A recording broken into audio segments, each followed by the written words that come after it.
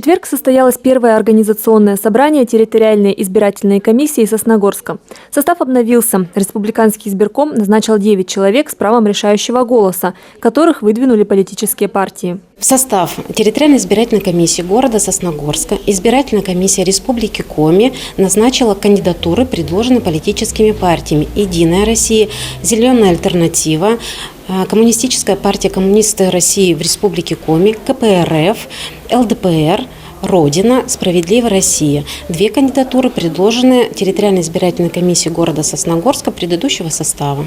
Все члены комиссии имеют опыт работы в избирательной системе. 5 в территориальной комиссии, 4 в участковой. На первом заседании избрали секретаря и заместителя председателя комиссии, а также утвердили структуру и штат. В завершении для обновленного состава провели обучение. Обсудят полномочия территориальной комиссии, обязанности, права члена территориальной комиссии с правом решающего голоса, ограничения членов комиссии и в заключении пройдут небольшой тест на знание избирательного законодательства.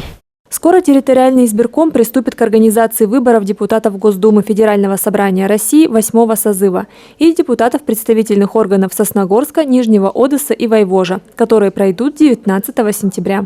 Полина Бастракова, Евгений Юрин, Вести Тимана, Сосногорск.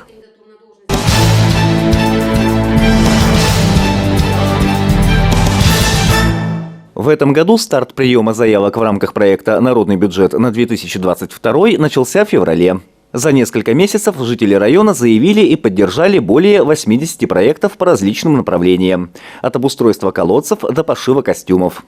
При рассмотрении заявок были сформированы не только инициативные группы, но и бюджетные комиссии, задача которых – отобрать наилучшие проекты из общего количества представленных. На этой неделе члены бюджетных комиссий проектов «Народный бюджет» получили возможность разобраться в своих функциях, что называется «разложить все по полочкам».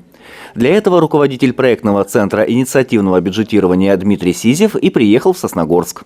Он провел учебу для членов бюджетной комиссии, обстоятельно рассказав, чем именно занимается комиссия и каковы критерии оценки по отбору проектов. Это пилотный проект в Республике Коми.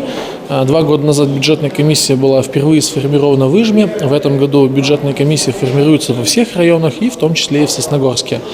И этот институт, конечно же, очень важен, потому что ранее на муниципальном уровне происходил отбор проектов, и его осуществляли специалисты, руководители отделов администрации.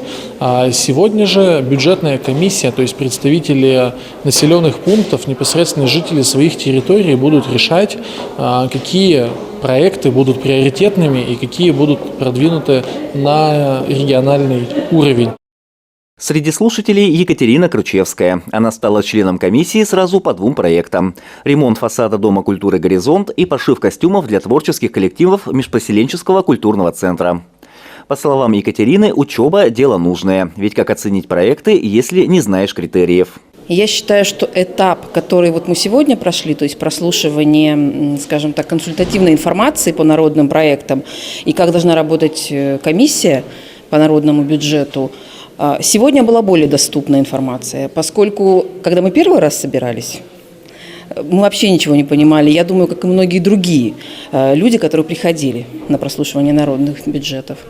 Поэтому, естественно, она сегодня была в более доступной форме. Поэтому постараемся что-то сделать, постараемся как-то правильно отбирать. По словам Дмитрия Сизева, процесс по вовлечению жителей в принятие тех или иных решений по улучшению качества жизни очень важен. Это значит, что население берет инициативу в свои руки и отвечает за то, что происходит вокруг. То есть, насколько комфортными будут условия проживания каждого из нас, зависит не от местных или региональных властей, а в первую очередь от нас самих. Андрей Калиничев, Наталья Максимова, Евгений Юрин, Вести Тимана, Сосногорск.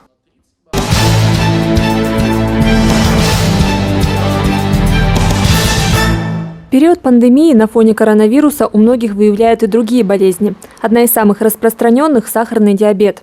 Жители Коми к тому же часто страдают нарушениями работы щитовидной железы, так как северянам хронически не хватает йода. Такими проблемами со здоровьем занимается эндокринолог. Прямая линия с этим специалистом прошла в общественной приемной при главе Коми. На вопросы позвонивших отвечала врач Сосногорской ЦРБ Елена Габова.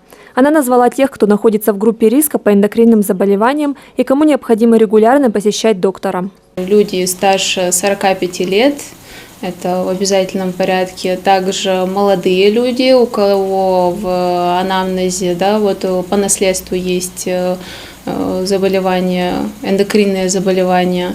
Самое распространенное, опять же, это вот сахарный диабет и заболевания щитовидной железы у мамы, у папы, у брата, у сестры, то как бы они в группе риска. Еще также в группе риска люди с избыточной массой тела, с ожирением. Также Елена перечислила симптомы, при которых нужно немедленно посетить эндокринолога.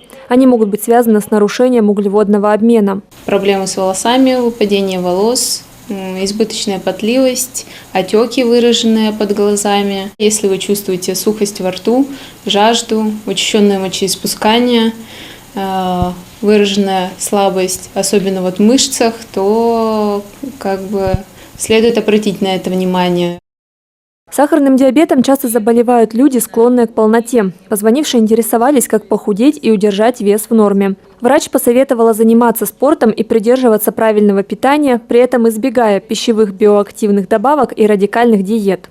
Записаться на бесплатный прием к эндокринологу можно через сайт госуслуг или регистратуру. Прямые линии с врачами в общественной приемной собираются проводить примерно раз в месяц. В планах пригласить кардиолога, онколога и специалистов, занимающихся женским здоровьем.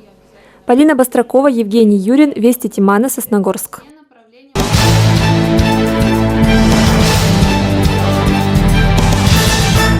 Общероссийский день библиотек в Сосногорске отметили квартирником и подведением итогов конкурса «Книжный вызов». Напомним, сотрудники библиотеки имени Якова Рочева в начале года предложили каждому читателю старше 12 лет соревнование, которое заключалось в том, что до 26 мая нужно было прочесть 10 книг с определенными ограничениями.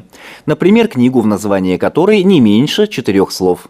В этом книжном вызове приняли участие 6 человек. Мы решили больше его не расширять, чтобы проще было оценить результаты. То есть, интересно это людям, стоит ли продолжать. Как показала практика, это действительно было интересно. И в следующем году мы планируем уже на весь год книжный вызов с более длинным списком. Леонид Вергун участником конкурса стал сознательно. Читать Леонид любит, а конкурс просто помог систематизировать чтение. Поэтому и впечатления остались только положительные. Мне понравилось, потому что это помогло мне структурировать именно мои книжные подборки.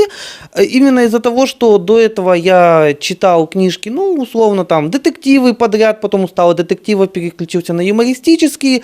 И как бы глаз замыливается, у тебя уже меньше деталей в книжках, хотя автор-то хотел нам это все оставить.